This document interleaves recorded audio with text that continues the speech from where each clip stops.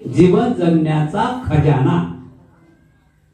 मॉलमध्ये गेले तुम्ही तर राशन पाणी कपडा लत्ता आणता ना, तो कोणता खजाना आहे? उपजीविकेचा थोडक्यात, बरोबर आहे की नाही? त्याने जीवन जगते. एक टाइम जेवण जेवला, एक टाइम जेवण केलं तर जीवन जगते काय? नाही, तात्पुरतं आहे ते. आता जेवण केलं तर उद्या सकाळी जेवण करावं लागते, उद्या सकाळी जेवण केलं तर दुपारी जेवण करावं लागते, बरोबर की नाही? मग ते मॉल मध्ये काय भेटते? सैनिक सुख, काजू बदाम खजूर, बरोबर आहे की नाही? ते थांबतात का? म्हणजे जास्त जो घरात ठेवसा नाही तर त्याला भुषा लागते, बरोबर की नाही? इथं जे मिळते, इथं मिळते, इथं जे मिळणार आहे खजाना जीवन जगण्याचा, तो आताही आपल्या कामात येणार आहे, उद्याही आपल्या कामात येणार आहे. उद्या समजलं ना? आणि परवाही आपल्या कामात येणार आहे, आणि गेल्यावर तेरवा पण आपल्या कामात येणार आहे, बरोबर आहे की नाही? गेल्यावर सुद्धा कामात येणार आहे. हा खजाना आपल्याला कुठे मिळते? फक्त आणि फक्त बुद्ध विहारातच. सोनाराच्या दुकानात मिळते काय? भाजीवाल्याच्या दुकानात मिळते काय? पानपट्टीवर मिळते काय? शू शू शू केलं फुकलं का ते डबल तेच. म्हणजे हा खजाना कुठे मिळते? फक्त बुद्ध विहारातच. कुठंच मिळू शकत नाही हा खजाना. फक्त आणि फक्त जीवन जगण्याचा खजाना हा बुद्ध विहारातच मिळते. सुरुवात करत आहे सर्वांनी मोकळं भाषेत आहे, अजिबात कोणी बोलायचं नाही 15 मिनिट, ठीक आहे? तर बघा, सिद्धार्थ गौतम हे राजा शुद्धोधनाचे पुत्र होते. आम्ही जाऊन आलो, बरेच लोक जाऊन आले कपिलवस्तुनगर मध्ये. सिद्धार्थ गौतम हे राजाचे मुलं होते. त्यांच्या बाबाचं नाव काय? शुद्धोधन. राजपुत्र होते. आणि वयाच्या 10 वर्षात आल्यानंतर, कहाणी खूप मोठी आहे त्याच्या जन्माची, पण ते आपल्याला बघायचं नाही, महत्वाचा विषय घ्यायचा आहे. तर वयाच्या 10 वर्षात सिद्धार्थ झाले. मग शेतकरी, कास्तकार शेतकरा, राजा असो महाराज असो, मजुराच्या मागे जावं लागेल ना. आवाज बरोबर येते ना? की माईक कमी असतात? येते बरोबर? दोन नाव आहेत, सिद्धार्थ आणि गौतम, हे पण लक्षात ठेवा. सिद्धार्थ त्यांचं मूळ नाव आहे आणि गौतम त्यांचं नाव नंतर ठेवण्यात आलं. कशावरून? की सिद्धार्थ गौतम हे मायावतीचे महामायाचे पुत्र होते आणि 7व्या दिवशी त्यांची आई निर्वाण झालं. त्यामुळे त्यांची मावशी गौतमीने सांभाळ केला, म्हणून जास्त करून सिद्धार्थ गौतम आपण म्हणतो. म्हणजे गौतमीच्या नावाने ओळखून राहिले सिद्धार्थ, म्हणून त्यांना आपण काय म्हणतो? सिद्धार्थ गौतम. आणि नंतर काय म्हणतो? बुद्ध. तर बुद्ध कधी होता? बुद्ध झाल्यानंतर बुद्ध म्हणतो, बरोबर आहे की नाही? तर बघा, सिद्धार्थ गौतम वयाच्या 10 वर्षात असताना, त्यावेळेचा नियम होता, मुलगा थोडा समजदार झाला की त्याला शेतात मजुराकडे देखभाल करण्यासाठी जायचंच आहे. फुकट खायचं नाही, बॉल घेऊन क्रिकेट घेऊन खेळायचं नाही, बरोबर ना? त्याला मुलाला मजुराच्या मागे जायचं आहे. मग सिद्धार्थ गौतम मजुराच्या मागे गेले. सांगण्यात येते की सिद्धार्थ गौतमाची जमीन एवढी होती की 1000 नांगर एका दिवशी चालवते. किती नांगर? 1000 नांगर एका दिवशी चालवत होते, एवढी जमीन होती. आता एका नांगराला लागतात माणसं 2, एक बैल आणणारा, एक ते आहे ना, एका नांगराला 2. तर 1000 नांगर चालत होते, तर त्या शेतात माणसे किती होते? 2000. आता 2000 माणसं असल्या कारणानं शेतकरी टायफॉइड घालून जातात काय कामावर? मजूर. कोणाच्या अंगावर कपडे आहेत, कोणाच्या अंगावर नाही, कोणाची फाटकी टोपी आहे, कोणाला टोपी नाही, कोणाला रुमाल आहे, कोणाला रुमाल नाही, कोणाची बंडी फाटलेली आहे, कोणाला बंडी नाही, आपली धोती फाटलेली आहे, बरोबर आहे की नाही? अशा प्रकारे मजूर म्हणजे मजूर, आहे की नाही? तो सिद्धार्थ गौतम आणि त्यांचे मित्र असे बसले झाडाखाली, आणि सिद्धार्थ गौतमाच्या मनात काहीतरी आलं की आपण कसे स्वतःकडे बघितलं, मित्राकडे बघितलं, लाखो रुपये शाल, अंगावर दागदागिने, सिद्धार्थ गौतमाच्या अंगावर दागदागिने, लाखो रुपये शाल, राजबिंडा होता ना, लाखो रुपये शाल अंगावर उदाहरण, आणि त्यांचे मित्रही तसेच. नंतर सिद्धार्थ गौतमाला एक विचार आला. कोणता विचार आला? की ते सिद्धार्थ गौतम आपल्या मित्राला म्हणतात, मित्रांनो, हे 2000 लोक कसे, आपण कसे आहोत? आपल्या पायात चपला, बुट, आपले अंग कसं आहे, आपलं शरीर कसं आहे, यांच्या अंगावर धूळ बसते, कोणाला कपडे आहेत, कोणाला नाही आहेत, हे कसं काय? तर त्याचे मित्र म्हणत की सिद्धार्था, हे असंच आहे, हे नौकर आहे, यांनी काम करावं, आपण त्याच्या जीवावर सुखानं खावं. सिद्धार्थाला तिथूनच गोष्ट खटकली. माणसं एकच आहो ना, असा का फरक? सिद्धार्थ म्हणत माणसं आपण एकच आहो, फरक का? तर त्याचे मित्र म्हणत फरक असाच आहे, नौकराने का, हे नौकर आहे, नौकराने काम करावं, मालकाने मस्त त्याच्या जीवावर खावं. तर सिद्धार्थाला ते काही पसंत नाही पडलं. म्हणजे तिथून सिद्धार्थाच्या जीवनामध्ये दुःखाला सुरुवात झाली. आता करता करता करता करता वयाच्या 29व्या वर्ष आले ते सिद्धार्थ गौतम वयाच्या 29 मध्ये आले आणि काही घटना घडली. कोणत्याही गोष्टीला कारण आहे. इथं आपण आलो, कशासाठी आलो? काही कारण आहे, नाही जमलं असतं का? कारण आहे म्हणून आपण इथं आलो. तसंच कारण त्यांच्या जीवनामध्ये घडलं. रोहिणी नदीच्या पाण्यावर वाद, आणि त्यांनाही बरं वाटलं. म्हणून त्यांनी असा विचार केला की जगामध्ये दुःख का आहे हे शोधण्यासाठी त्यांनी घर सोडलेलं आहे. करता करता करता अनेक गुरु केले, अनेक गुरु केले, अनेक गुरु केले. 6 वर्ष खडतर तपस्या केली. सांगण्यात येते की उर्वेला गावामध्ये सिद्धार्थ गौतम वडाच्या झाडाखाली ध्यान साधना करत बसले होते. तर त्यांनी वैराग्याचा त्याग घेतला होता. म्हणजे एक तिळाचा दाणा सुद्धा खाणार नाही असं त्यांनी मनाशी धरलं होतं. आणि तसंच त्यांनी प्रतिक्रिया चालू केली की एक तिळाचा दाणा सुद्धा खायचा नाही जोपर्यंत मला ज्ञान मिळत नाही तोपर्यंत, असं त्यांनी स्वतः विचार केला. आणि उर्वेला गावामध्ये वडाच्या झाडाखाली त्यांनी आपलं आसन ठोकलं आणि ध्यान साधना चालू केली. पण परिस्थिती अशी आली की त्यांच्या हाडाचा साठा, हाड मापून घ्या, बघितलेच पडतो तुम्हाला, हाड मापून घ्या एवढा साठा झाला. पण त्या गावामध्ये, उर्वेला गावामध्ये सुजाता नावाची एक धनिक बाई होती, श्रीमंत बाई होती. आणि ते नातू पुतू झालेली होती. म्हणजे आता वयस्कर होती, नातू पुतू झाली होती ना, म्हणजे 70-75 वर्षाची ते विशाखा होती. पण त्या विशाखाला सुरुवात, लग्न झालं त्यावेळेस त्या विशाखाला कैक वर्ष मुलगा झाला नव्हता. म्हणून त्या विशाखाने त्या वडाच्या झाडाला नवस केला होता. आजही नवस आहेत, काही पूर्वीपासून नवस आहे. तो नवस कसा होता? ए वटवृक्ष, त्याला काय म्हणतात? वटवृक्ष आपल्या भाषेत म्हणतात. आमच्या पालीमध्ये काय म्हणतात त्याला? राजा येतन. काय म्हणतात त्याला? काय म्हणतात वटवृक्षाला? राजा येतन. राजा येतन म्हणतात त्या वटवृक्षाला. आणि पिंपळ वृक्षाला काय म्हणतात? बोधी वृक्ष. बरोबर आहे की नाही? लक्षात ठेवा.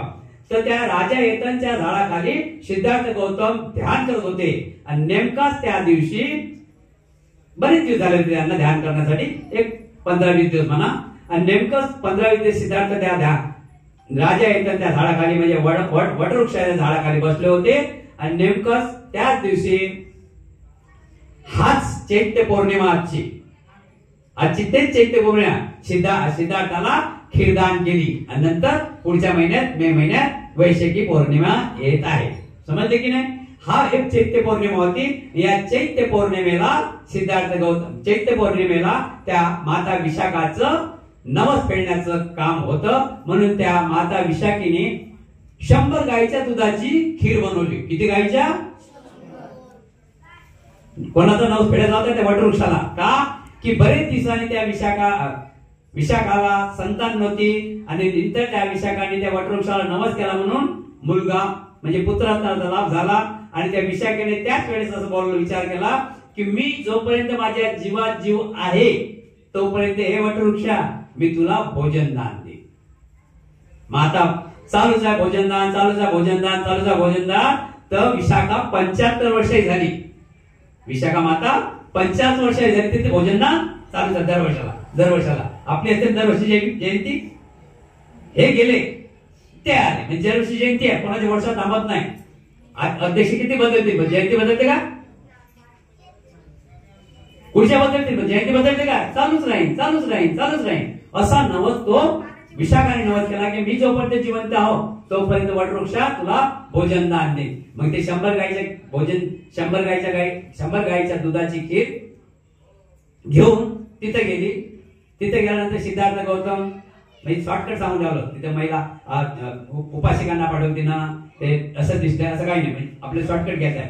तर तिथे गेल्यानंतर सिद्धार्थ गौतम हालत नाही, डोलत नाही, जसा पुतळा आहे ना आता आपला, असे सिद्धार्थ गौतम बसले. शरीराचा साठा साठा झाला, हाडानहाड दिसून राहिले. विशाखाने पाहिलं, बापरे. तिच्या दासीने सांगितलं की मालकीन, खरोखर तुम्ही कुशल कर्म केलेलं आहे आणि वटवृक्ष खाली आहे, म्हणजे राजा एकदम तुमच्या भेटीसाठी आलेला आहे, नवस केल्यासाठी. विशाखाला आनंद झाला आणि विशाखाने मग हात तर लावता येत नाही त्यागाला. हात लावले काय नाही लावताय. मग विशाखाने अमुक ढमुक करून उठवण्याचा प्रयत्न केला, पण सिद्धार्थ गौतमाने डोळे खोलले नाही. शेवटी विशाखा हुशार होती, विद्वान बाई होती. आता कसं उठवा, या त्यागी व्यक्तीला नाव माहित नाही, गाव माहित नाही, कुठून आले काय नाही आले काही माहित नाही, फक्त त्यागी आहे. कारण की काश्य वस्त्र अंगावर आहे, बरोबर की नाही, त्याग आहे. तर विशाखाने अनेक प्रकारचे आयडिया करून आपलं कशा प्रकारे आयडिया करून कसं उठवलं सिद्धार्थ गौतमाला. सिद्धार्थ गौतमाला जवळ जाऊन, बाजूने जाऊन आपल्या सोन्याच्या झारीमध्ये, सोन्याच्या पात्रामध्ये खीर घेतली आणि सिद्धार्थ गौतम ज्या ठिकाणी ध्यान करत होते त्या ठिकाणी 2 फूट अंतरावर गेली आणि म्हणतात की हे तपस्वी, तुम्ही कोण आहात, कुठून आलेले आहात, तुमचे आई कोण, तुमचे बाबा कोण, मला काही विचारायची गरज नाही, पण तुम्ही ज्या गोष्टीसाठी हा त्याग केलेला आहे, जर ते तुम्हाला साध्य करायचं असेल तर तुम्हाला अन्नाची गरज आहे. साधू द्या. साधू साधू साधू. जर तुम्ही आता अन्न घेतलं नाही तर शेवट जवळ आलेला आहे. नंतर सिद्धार्थाने डोळे खोलले की मी जर आता अन्न नाही घेतलं तर माझा फायदा काय, मला साध्य होणार नाही पुढचं काम.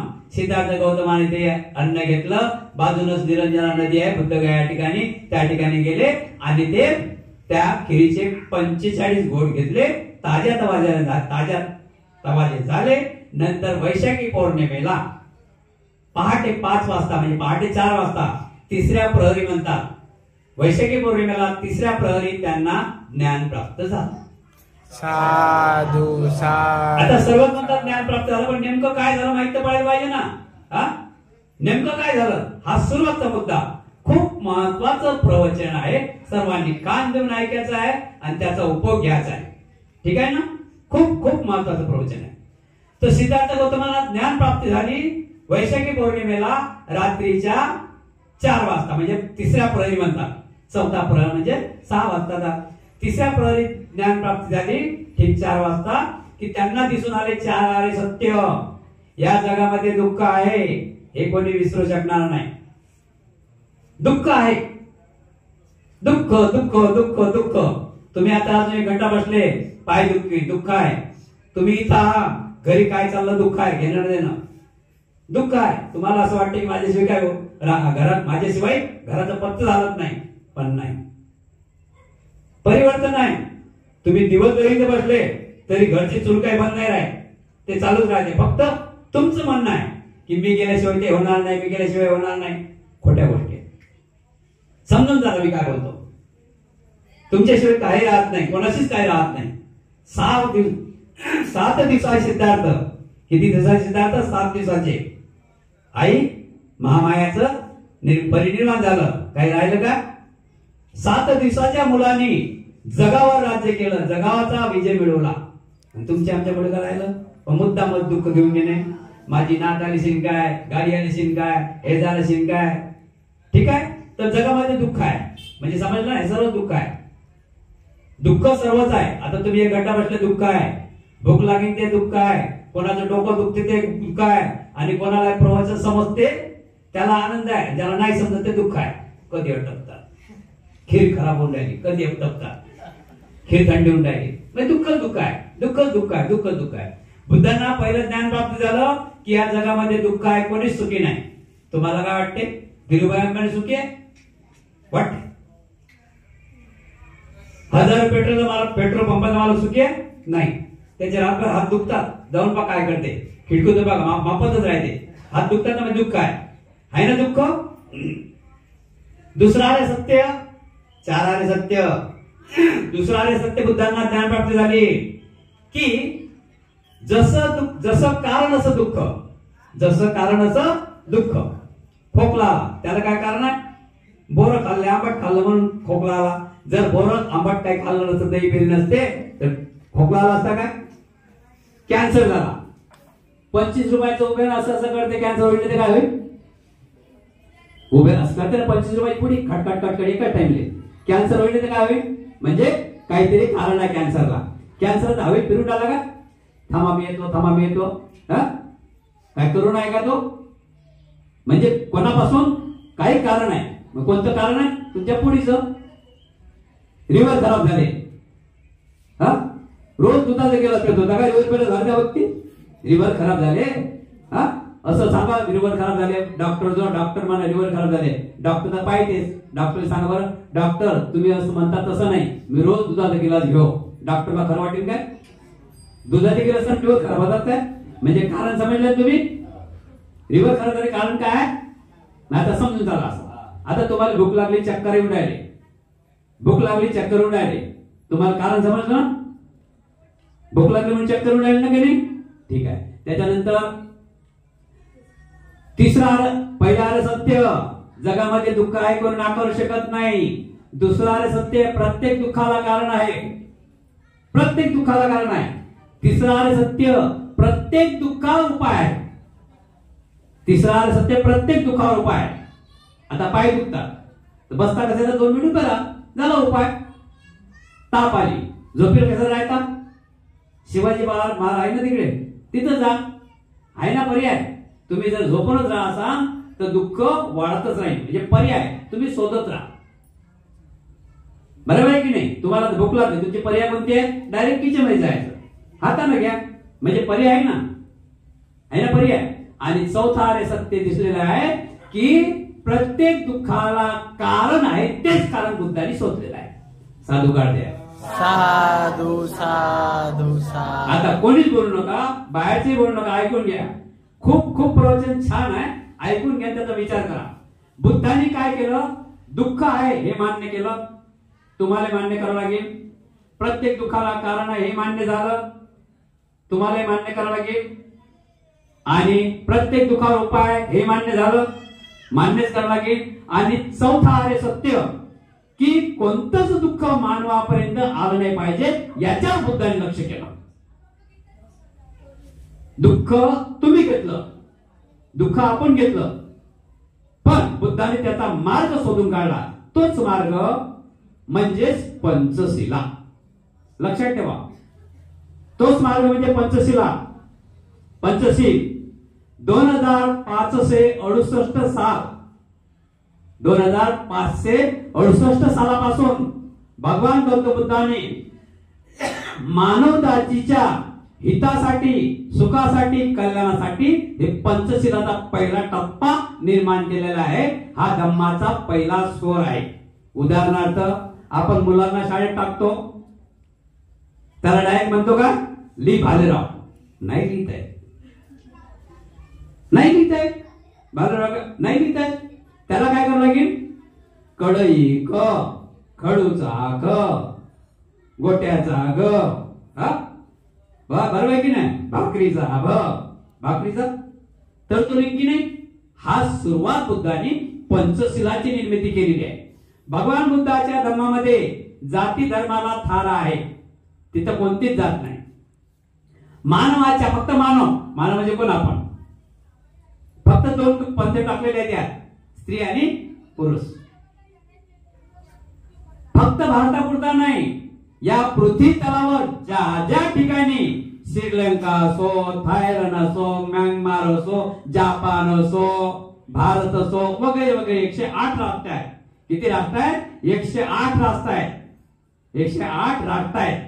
त्या 108 राष्ट्र किती जात आहेत किती जाती धर्म इथं हिंदू मुस्लिम शीख साई बौद्ध ट्यू टाव अमुक डमुक टमुक टमुक सारा जातीनं भरलेला आहे. ब्राह्मण चांभार कुंभार बनिया गुजराती मारवाडी.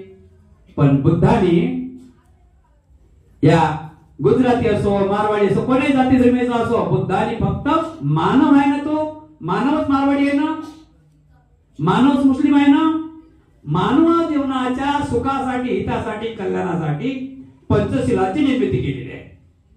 आणि तेच शील माझ्या अगोदर किती भिक्खू गेले हे मला सांगता येत नाही माझा कितीवा नंबर आहे मला काय सांगता येईल. कारण का की सिद्धार्थ गौतमाने 5 भिक्खू पासून सुरुवात केलेली आहे. सारनाथच्या कोंडन्य वप्प भद्रिय मानाम अस्वजित या 5 भिक्खू पासून आता किती भिक्खू झाले मला गिनती नाही, मलाच माहित नाही माझा कितीवा नंबर आहे, पण माझा नंबरच नाही आहे, बरोबर आहे की नाही? हा, तर तेव्हापासून हे पंचशिला चालू आहे. बघा पंचशिला आहे, लक्षात ठेवा, पंचशिला ही मानवाच्या जीवाची, मानवाच्या हितासाठी, सुखासाठी, कल्याणासाठी धायच आहे, पण प्राणी मात्राच्या हितासाठी, सुखासाठी, कल्याणासाठी आहे. प्राणी मात्रा कुत्र, मांजर, डुक्कर, मोक्कर, फुक्कर, बक्कर, बक्कर त्यांच्या हितासाठी आहे पंचशिला. तेवढ्यावर थांबले नाही तर पंचशिला निसर्गाच्या हितासाठी आहे. कोणी दाराचं झाड पण तोडू शकत नाही. पंचशिला एवढं बाबासाहेबांनी नंतर संविधानाच्या माध्यमातून निर्मिती केली. कोणाची हत्या करता येत नाही, संविधानामध्ये दंड आहे. पाणती पाता वेरवणी शिकावं मागे. बुद्धाचा पहिला शब्द आहे पंचशिलेमधला, प्राणी मात्रावर दया करा. आणि एखाद्याने दया नाही केली तर महाराष्ट्रा चक्रा, हिरो असो की फिरो असो, माहित आहे ना? ते काम केलं तू राजस्थानला जाऊन धर्मार चक्रा. कारण काय, त्याला विचार जाऊन की चक्र अजून झाले की नाही. अशा बॅगाच्या बॅगा ट्रक भरून गेला, जो ट्रक भरून गेला, ट्रक भरून केस नील करा, ट्रक भर पैसा. आता हिरवे आहे, त्याच्या अगोदर लाल होते 2200. असा ट्रक भरून गेला, पण नाही, ज्यांनी गुन्हा केला त्याला सजा झालीच पाहिजे, हे बाबासाहेबांनी लिहिले आहे संविधानामध्ये. म्हणजे माफ आहे काय? त्यांना जर जाऊन विचारा, ते एकच शब्द त्याच्या आहे काय की खरोखरच मला बुद्धाचे पंचशील, बुद्ध धम्माचं थोडं ज्ञान असतं ना तर माझ्या वाऱ्या हे बंद झाल्या, ते माझ्या हातून घडलंच नसतं. हे योग्य आहे, घडलंच नसतं असं. बौद्ध धम्मा जर येता आला असता ना, पण घडलंच नसतं असं. नंबर 2 आहे, कोणाची चोरी करू नये, चोरी केली तरी दंड आहे. नंतर 3 आहे, कामेश्वरीच्या त्याला शिकायचं पदम समाधी. आम्ही खूप हुशार आहे, बुद्धिवान, त्यागी, महात्यागी, समजलं ना? संत महात्मे. जरा चूक केली अजून चक्की चालू आहे ना, चालू आहे का? मग त्यांना विचारा जाऊ, तेच म्हणतील की खरोखर मी बुद्धाच्या पंचशिला धरून चाललो असतो तर माझ्यावर जन्मठेपची सजा आली नसती. हा, नेते, महानेते सर्व ज्या कसोटीला पंचशिलाच्या, तर हा निघून गेला. म्हणजे लक्षात ठेवा, हे पंचशील अशी एक चीज आहे.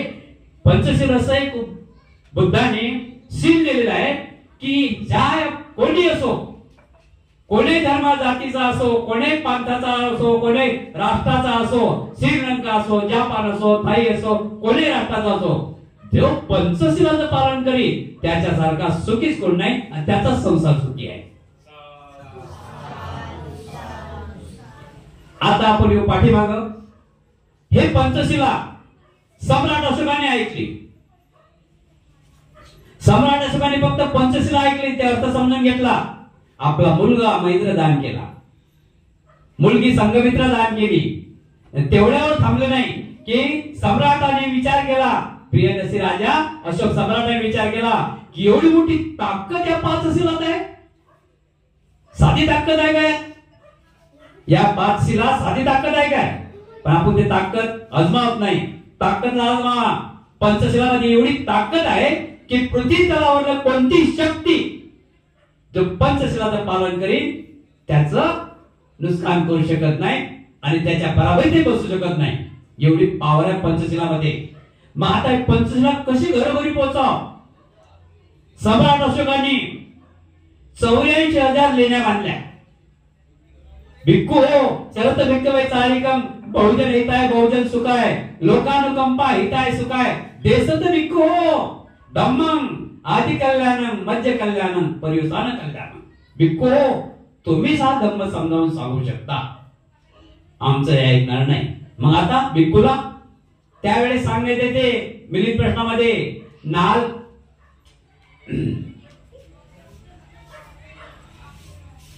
नागसेन भंतेजींनी मिलिंद प्रश्नामध्ये आहे, नागसेन भंतेजींनी 80,000 भिक्खू निर्माण केले, तयार केले. आता आपल्या गावात 80,000 घरही नाही, त्यावेळेस 80,000 भिक्खू तयार होत. आणि म्हणून अशोकाने काय केलं की एवढा भिक्खू निर्माण झाला आणि भिक्खू गावे गावी पोहोचला पाहिजे म्हणून जागोजागी 84,000 लेण्या. म्हणजे साधी गोष्ट आहे का? चौऱ्यांचे जा स्तूप, चौऱ्यांचे जा विहार बांधून दिले. काही दिवसानं ते आमच्या हातून थोडे इकडे तिकडे गेले. आम्ही जागृत होतो. नंतर 1956 झाली. 14 ऑक्टोबर 1956 झाली. महासूर्याचा जन्म झाला. त्यांचं नाव तर माहितीच आहे ना, विश्वरत्न डॉक्टर बाबासाहेब आंबेडकर. त्यांनी पंचशिला हाती घेतली स्वतः. की एवढी मोठी पंचशिला, उदाहरणार्थ काजू, बदाम, पिस्ता हा पंचशिला आहे. तुमच्या जीवनामधला खऱ्या अर्थानं काजू, बदाम, पिस्ता हा आहे पंचशिला. समजले की नाही? जसा हा खाना आहे ना, हा पंचशिला आहे. या पंचशिलाला बाबासाहेबांनी स्वतः आजमावलं आणि बहुजनांना तिथे 5 या 8 लोक उपस्थित, 8 लाख लोक या 5 लाख लोक दाखवले तिथे. त्यांना दीक्षा दिली आणि त्यांना सांगितलं आहे की मी म्हणतो म्हणून नाही, हा धम्म खूप चांगला आहे. म्हणून बाबासाहेब आंबेडकरांनी पंचशिलाचं पालन केलेलं आहे. पंचशिला हाती घेतलेली आहे आणि त्यानंतर त्यांनी त्या 17 शील त्यांनी टाकलेले आहे. तर टोटल किती झालं? जगात या पृथ्वी तलावर जो कोणी 22 प्रतिज्ञाचं पालन करील तो सुखी आहे की नाही? देव पाहण्यासाठी गेला तो स्वतःच देव झाला. कुठे आहे देव? देव तो दोनच आहेत जगात, तिसरा देव नाही. देव दोनच आहेत जगात, तिसरा देव नाही. जर देव असते तर तो उपाशी मी तुपाशी का? मी तुपाशी. तो उपाशी मी तुपाशी का? मी उपाशी तू मी तुपाशी का? देव आहे ना. मग देव नावाची चीज आहे का? जो देव पाहण्यासाठी गेला त्यालाच आपण देव बनवलं. बरोबर आहे की नाही? म्हणून 22 प्रतिज्ञामध्ये वाचत राहा आणि जो 22 प्रतिज्ञा पालन करील तो सुखी झाल्याचे. बघा, डॉक्टर जवळ जायची गरज नाही. आपण डॉक्टर आपल्या स्वतःचे. लक्षात ठेवा, डॉक्टर जवळ जायचं कामच नाही. डॉक्टर जवळ का आपण जातो की आपण 22 गोळ्या घेत नाही बाबासाहेबांनी दिलेल्या. त्यात पंचशील पण आलं. जो 22 गोळ्या घेते एवढ्या मोठ्या महापुरुषाच्या, काय कमी होतं सिद्धार्थाला? काय कमी होतं बाबासाहेबांना? बाबासाहेब आज नसते ते टाटा बिर्ला फिरला फिरला फिरला हे सर फिरले ते बाजूनं. 1 नंबर श्रीमंत बाबासाहेब असते. काय कमी होते त्या सिद्धार्थाला? राजा असुरी निघाला वनाला. काय कमी होती सिद्धार्थाला? पण कोणासाठी? बहुजनाच्या हितासाठी, सुखासाठी, मानवाला सुखी करण्यासाठी हा एवढा मोठा त्याग केलेला आहे. म्हणून दवाखान्याची गरज नाही. जर 22 गोळ्या तुम्ही जर घेतल्या तर दवाखान्याची गरज नाही. आज या परिस्थिती, आज आपल्या भारतामधली, महाराष्ट्रामध्ये खूप परिस्थिती खराब झालेली आहे. 40, 45, 46, 47 नाहीच, मोठ्या मुश्किलनं 40, 45, कवके 25 आणि ते 300 की 200 पुढे जाईल का? बरोबर आहे की नाही? त्यांना गोळी घ्यायचं काम पडते आणि ज्यांना काहीच नाही, आहे का गोळी घ्यायचं काम? म्हणून भगवान बुद्धाचा धम्म हा खरोखर जीवन जगण्याची कला आहे. आणि बाबासाहेबांनी, आपण देव मानता बाबासाहेबांना, बाबासाहेब देवावरी देव आहे. आई वडिलांनी जन्म दिला, बाबासाहेब आपल्याला घडवलं. हे कळत न कळत पुण्याने बाबासाहेबांमुळे आजी बसतो.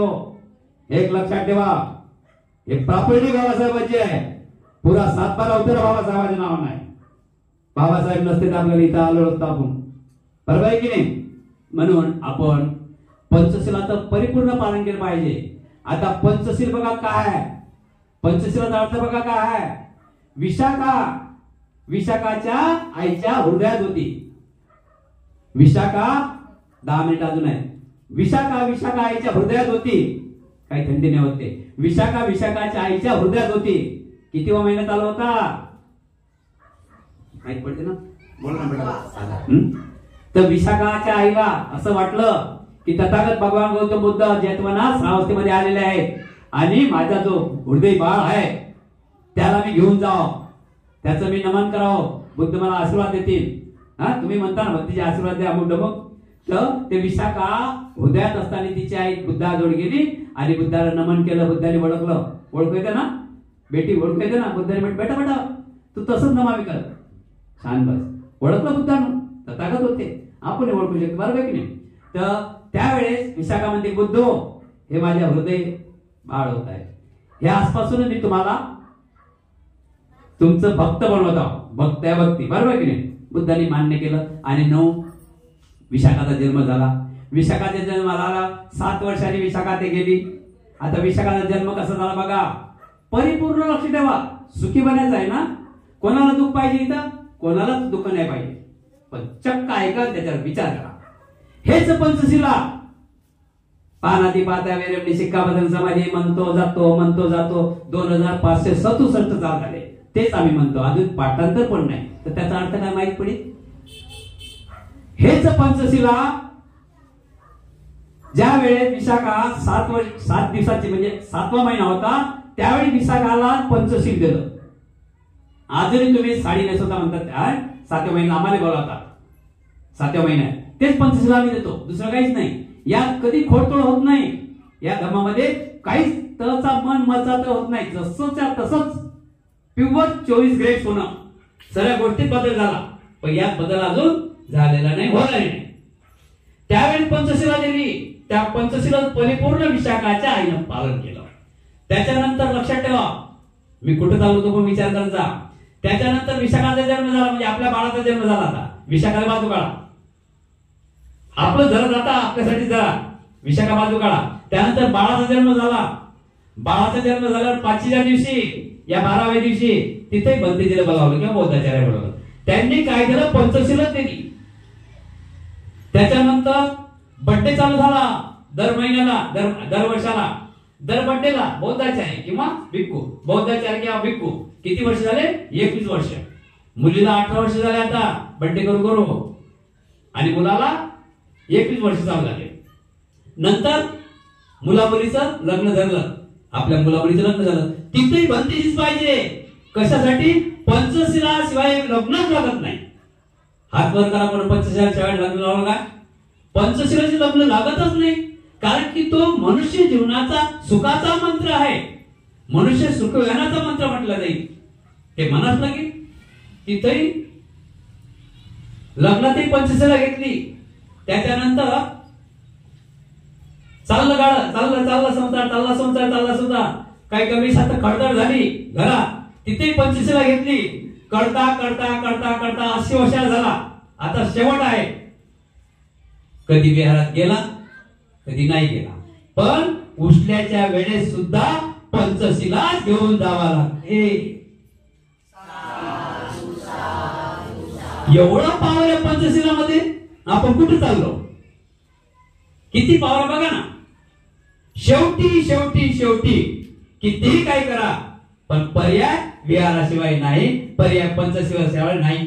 गेल्यावर सुद्धा, माणूस गेल्यानंतर सुद्धा त्याच्या कानावर शेपटा टाका लागतात, तर त्याला मुक्ती मिळते, नाही तर मुक्ती मिळत नाही. हा आहे पंचशिलाचा पावर. समजले पंचशिला. म्हणून आपण हाच विचार बाबासाहेबांनी केला की माझा माणूस सुखी कसा व्हावा. बुद्धांनी, बाबासाहेबांनी विचार केला की माझा समाज खूप भोळा आहे, खूप गरीब आहे, आणि हे विहारही बांधू शकतील नाही.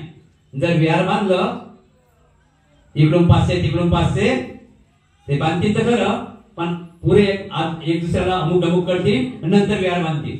मग पत्रा कसा असेल, हे कसं असेल, बरोबर आहे की नाही. मग बाबासाहेबांनी विचार केला याच्यावर थांबून चालणारच नाही.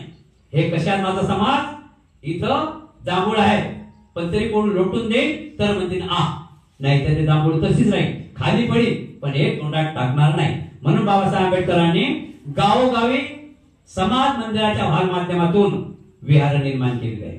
40 बाय 50, 20 बाय 20 सिमेंट कॉन्क्रीट वर. मग काय आमच्या कार्यकर्त्यांनी येऊ करून इकडे तिकडे करून डबल मारायचे मन बनवले, आणि तिथे मूर्त्या लावल्या. आणि मूर्त्या लावल्याने सांगितलं बाबासाहेबांनी शेवटी की मी आता तुम्हाला तुमच्या कुटुंबामध्ये, तुमच्या पिढीपर्यंत पोहोचणार नाही. आता मी जेवढं काम केलं तुम्हाला सांगितलं, हे तुमची पिढी 7 पिढ्याचा उद्धार करण्यासाठी तुम्ही एक काम करा. ते कोणतं काम करा, फक्त आणि फक्त रविवारी खूप मोठे मोठे जगामध्ये त्याचं नाव आहे, ते आहे बाबासाहेब. पृथ्वी तलावर, फक्त महाराष्ट्रात नाही, श्रीलंकात नाही, जपानमध्ये नाही, पृथ्वी तलावर जिथे जमीन खोदली तिथं बुद्ध निघतात. त्या बुद्धाचे आपण अनुयायी आहोत. म्हणून विहार बांधणे हे महत्वाचं. अशा नवीन पिढीला जर बुद्ध दाखवले तर काय बुद्ध वैष्णव बनतील? काय मुलं वैष्णव बनतील? नाही बनणार. मुलं वैष्णव म्हणले थोडक्यात बघा ना, असे अनेक बौद्धाचार्य आहेत आपल्या नजरमध्ये की खूप व्यसनी होते, खूप व्यसनी होते. आणि तथागताचं भगवान गौतम बुद्धाचं जीवन फक्त 10 दिवस आलं तर त्यांनी सर्व सोडलं. आज घराची पर्वा करत नाहीत ते. थोडं समजलं ना त्यांना असं वाटते की मला जे थोडंफार काय समजलं तेच मी वाटत राहा. घरी भाजी नसलीच आली काही फरक नाही पडला. एवढं मला धन भेटलं समाजाला वाटण्यासाठी, तेवढेच आमचे बौद्धाचार्य काही सुखी आहेत. म्हणून मुलांना 10 दिवस तरी त्यांच्या अंगावर काष्य वस्त्र टाका. आणि धन श्रीमंती जे तुमची 10 माळ्याची बिल्डिंग असेल, 50 किलो तुमच्या घरात कपाट, 50 किलो सोनं तुमच्या कपाटामध्ये असेल, पण संतान बरोबर नसेल तर त्या सोन्याची आणि बिल्डिंगची काहीच किंमत नसेल. एवढं बोलू इथं थांबतो. दर रविवारी विहार, ज्या विहारात जे ज्या ठिकाणी विहार आहे तो नाही आला काही गरज नाही. तो येते का सोबत? इथं कोणासाठी यायचा आहे? फक्त आणि फक्त माझ्यासाठी. मी इथं आली पाहिजे, मी इथं आलं पाहिजे, माझा नातवंड इथं आलं पाहिजे, माझा मुलगा इथं आले पाहिजे, माझी सून इथं आले पाहिजे. आणि जीवनाची तर आपण बघा जीवन कसं जाते, बरोबर ना? सुखमय जीवन जाईल म्हणून बुद्धाची निर्मिती केलेली आहे. बुद्धाला बांधायला काय टाइम लागते? असे काही बुद्धाला बांधलेले आहेत, पण तिथं तो मी व्याज पाहायचं नाही. आपण आपलं काम करत राहायचं. आपण बुद्धाला जाऊन आपलं ज्ञान प्राप्ती करायचं. परिपूर्ण पंचशीलाचं पालन कम से कम 1 महिना तर करून बघा. पंचशीलाचं पालन करायला 10,000 रुपये खर्च आहे काय? रोज कीर्तन बनवावं लागते काय? रोज भोजन द्यावं लागते काय? फक्त मनाची तयारी. म्हणून जाता जाता इथं खूप वेळ झालेला आहे आणि गरम पण होऊन राहिलं. सर्वांनी या प्रवचनाचा खूप खूप खूप खूप खूप झोपल्यानंतरही विचार करा. चालता बसता उठता बसता विचार करा. यातच तुमचं मंगल आहे. दुसरं मंगल तुमचं होऊ शकत नाही. एवढं बोलू इथं थांबतो. कल्याण सर्वांचं कल्याण हो, सर्वांचं मंगल हो. सुखी हो, सुखी हो, सुखी हो. साधु साधु बुद्धं नमामि, धम्मं नमामि, संघं नमामि. नमो बुद्धाय, जय नमो बुद्धाय, नमो बुद्धाय, जय भीम. मंगल सुखी हो, सुखी हो, सुखी हो.